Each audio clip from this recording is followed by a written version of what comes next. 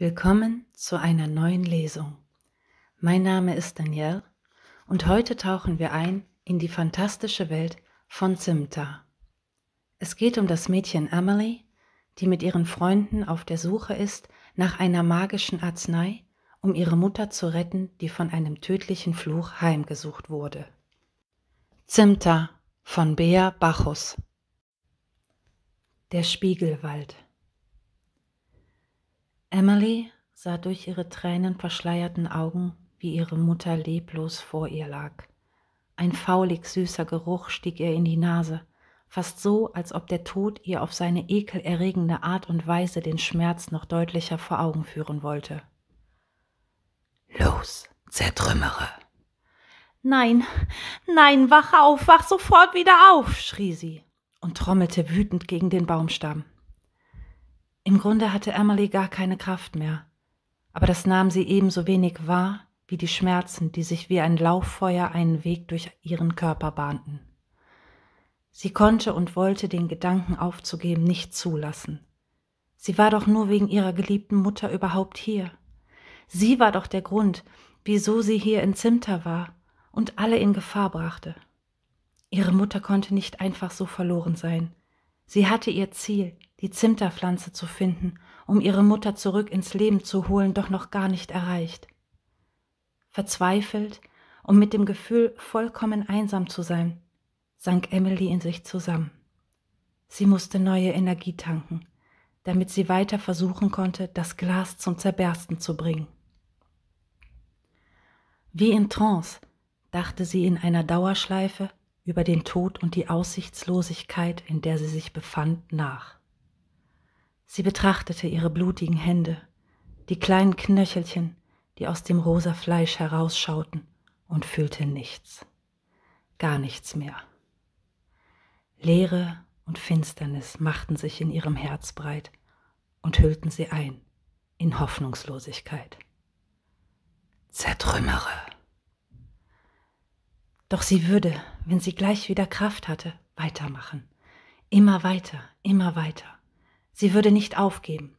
Sie durfte einfach nicht aufgeben.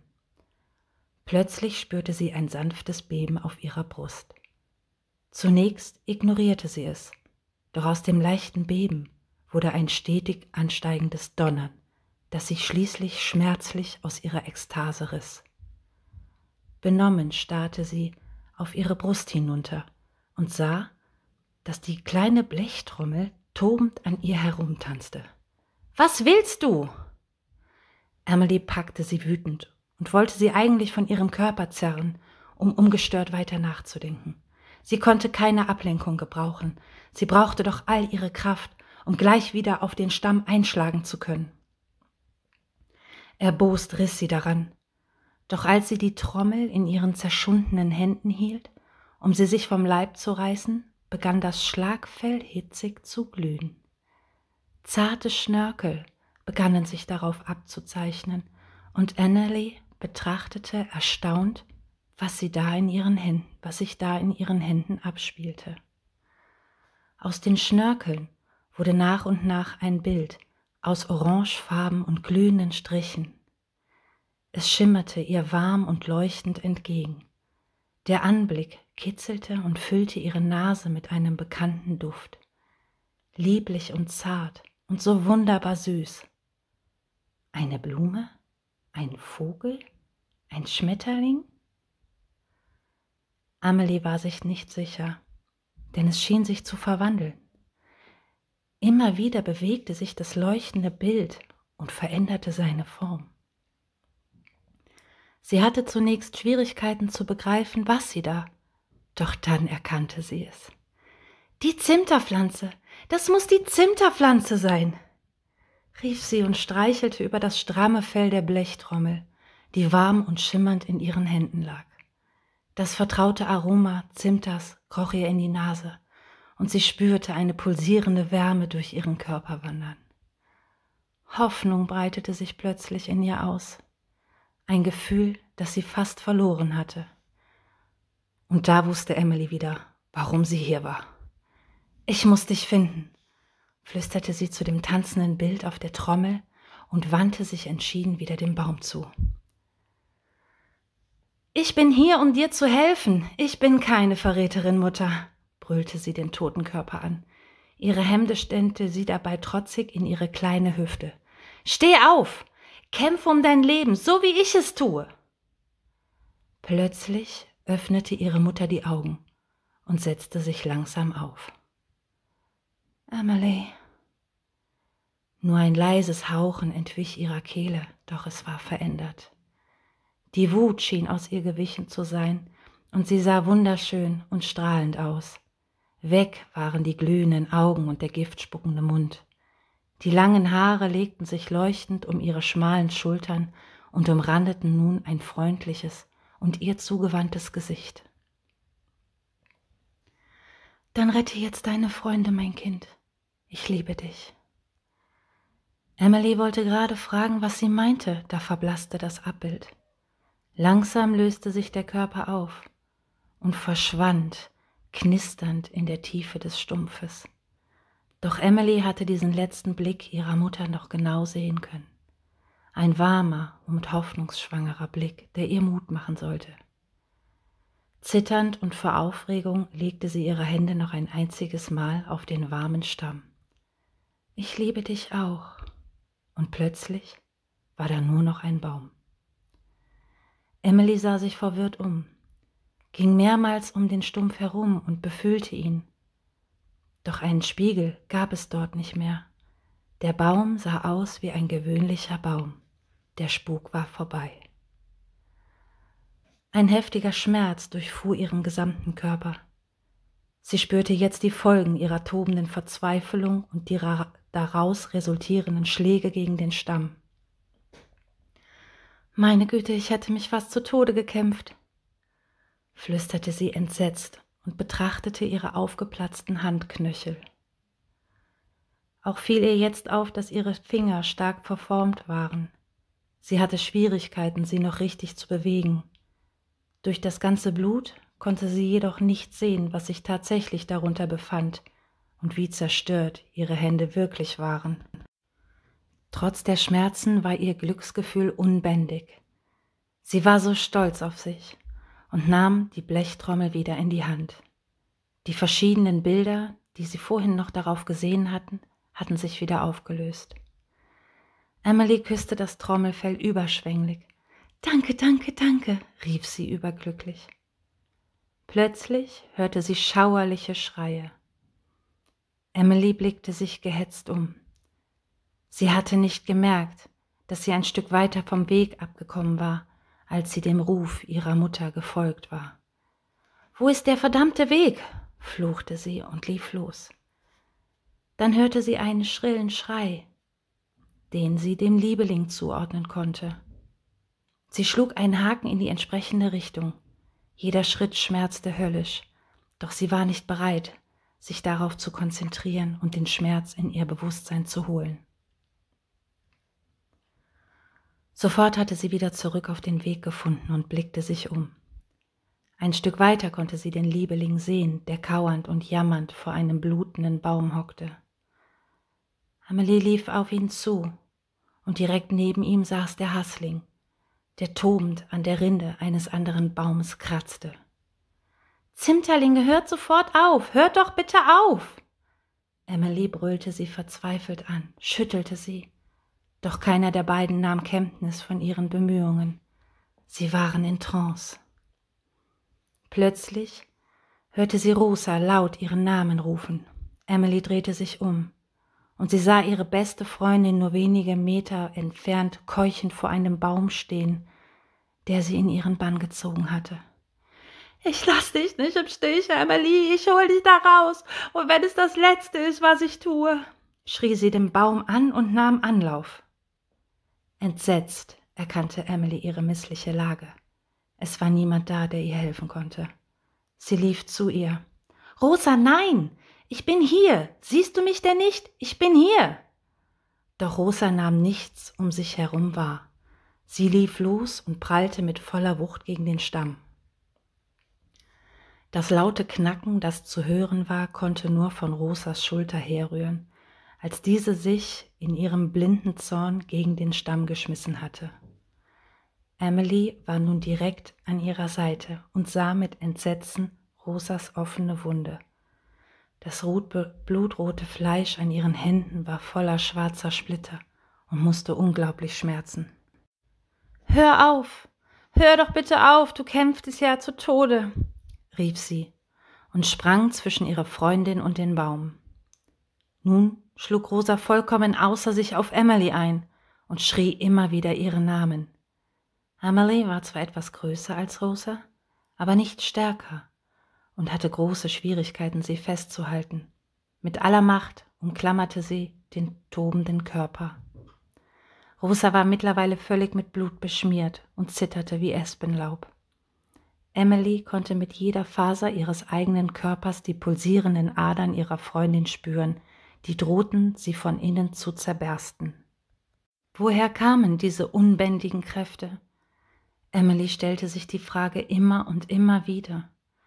»Ich hol dich da raus, ich lass dich nicht im Stich«, wimmerte Rosa verzweifelt, strampelte und boxte um sich. Emily verließen die Kräfte. So ließ sie von ihr ab und japste keuchend nach Luft. Sie überlegte kurz und hatte nur eine verzweifelte Idee. Sie nahm Anlauf und schmiss Rosa um. Die Körper der beiden Mädchen prallten schmerzhaft ineinander. Emily hatte das Gefühl zu zerspringen. Rosa schrie nun noch entsetzlicher. Emily lag jetzt auf ihr und überlegte fieberhaft, was sie tun sollte. Rosa bebte und tobte unter ihr, hatte jedoch nicht mehr die Kraft, ihre Freundin von sich zu werfen. Emily nutzte den Augenblick der Schwäche, indem sie schnell aufsprang und Rosas fuchtelnde Arme packte. Sie zerrte sie mit letzter Kraft von dem Baum weg auf den Weg. Dann ließ sie sich erschöpft daneben fallen, keuchte und blickte ihre Freundin an. Rosa starrte mit leeren und weit aufgerissenen Augen in den Himmel und wimmerte leise vor sich hin.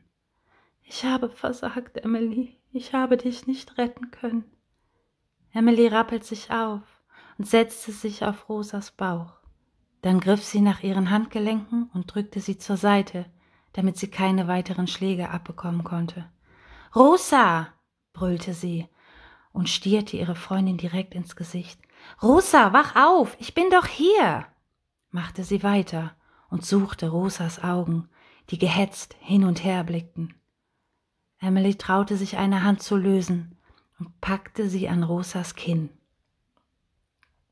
sodass diese ihren Blick nicht mehr ausweichen konnte. »Du bist hier bei mir, Rosa, und ich bin gerettet«, sprach sie so deutlich, wie sie konnte. Rosas Augen waren seltsam trüb und schienen kaum noch ihr zu gehören. Doch sie sahen Emily an.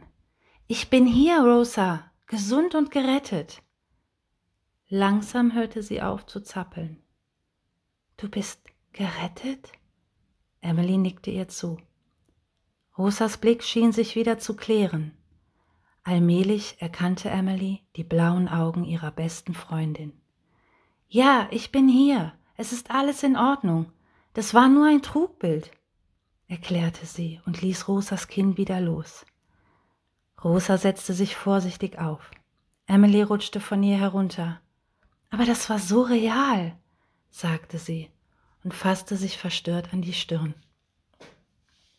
»Ich dachte, ich müsste dich retten, obwohl du schon deinen Kopf verloren hast. Stell dir vor, dein Kopf. Er lag auf dem Boden und fiel immer wieder ab. Es war so grausam und quälend. Und trotzdem hast du noch mit mir gesprochen. Das war so entsetzlich, Emily«, erzählte sie voller Tränen. Emily nahm Rosa in die Arme und wiegte sie vorsichtig hin und her. Jede einzelne Faser ihres Körpers schmerzte fürchterlich, und Rosa konnte es nicht anders gehen. Eisern biss Emily die Zähne zusammen. »Ich weiß, Rosa, ich habe auch Dinge erlebt.« Für einen kurzen Augenblick vergaßen die beiden Mädchen, was ihnen zugestoßen war, und hingen sich erschöpft in den Armen. Die Müdigkeit drohte sie einzuholen, der Schmerz zerfraß sie. Doch dann wurden sie durch laute Schreie wieder ins Hier und Jetzt zurückgeworfen. Die Zimterlinge befanden sich noch in größter Gefahr. Rosa streckte auf. »Wir müssen sie von den Bäumen wegholen«, entschied sie und rappelte sich schnell wieder hoch. Schnurstracks bewegte sie sich humpelnd auf den Liebeling zu. Emilys Blick suchte den Hassling. Sie entdeckte ihn nur wenige Schritte entfernt. Er kämpfte zornig und voller Verzweiflung mit einem Baum. Seine kleinen Finger bohrte er dabei tief in die splittrige Rinde hinein und hinterließ blutige Spuren. Emily überlegte nicht lange und packte den Hassling, der fluchend und spuckend herumtobte, unsanft an seinen dünnen Ärmchen. Rosa griff sich den Liebeling, und dann ließen sie keine Sekunde mehr vergehen. Die beiden Mädchen rannten los. Sie rannten durch den bösartigen Wald, der sie fast umgebracht hatte, und sahen sich nicht einmal mehr um.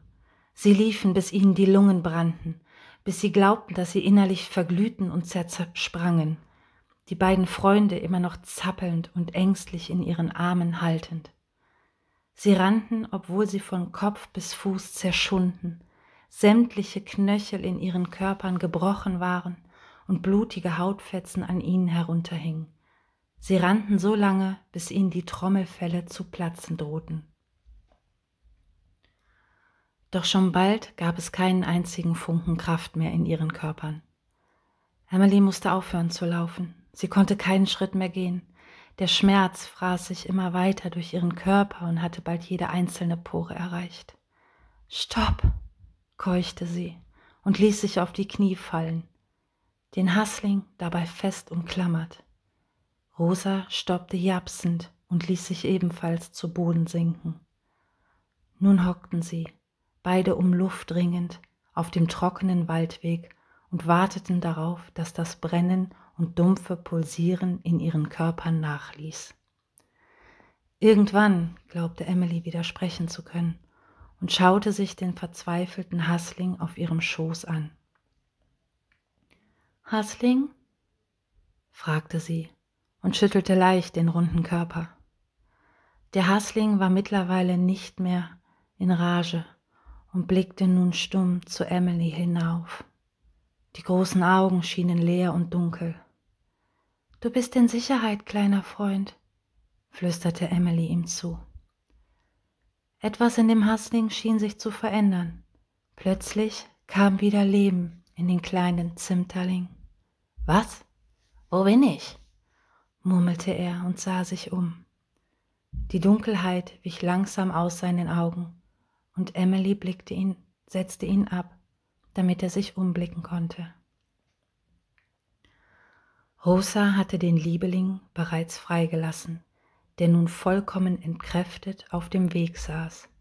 Die Flügel hingen schlaff an ihm herunter. Der Hassling stolperte zu ihm und setzte sich daneben. Als der Liebeling ihn bemerkte, heulte er herzzerreißend los und schmiss sich seinem Freund an den zerschundenen Bauch, der verdutzt dessen Rücken tätschelte. Emily kroch derweil energielos zu Rosa. »Wir haben es geschafft. Wir haben es tatsächlich geschafft, da rauszukommen«, flüsterte sie, und Rosa schloss weinend ihre Augen. »Das war das Schlimmste, das ich jemals erlebt habe«, erwiderte sie und lehnte sich an ihre Freundin, die sie tröstend in Empfang nahm. So sehr es dem Hassling auch zuwider war, dass der Liebeling in seinen Armen lag, so glücklich war er auch, der Hölle entkommen zu sein und ließ das Gejammer einfach geschehen. »Ich verstehe dich, mein Freund«,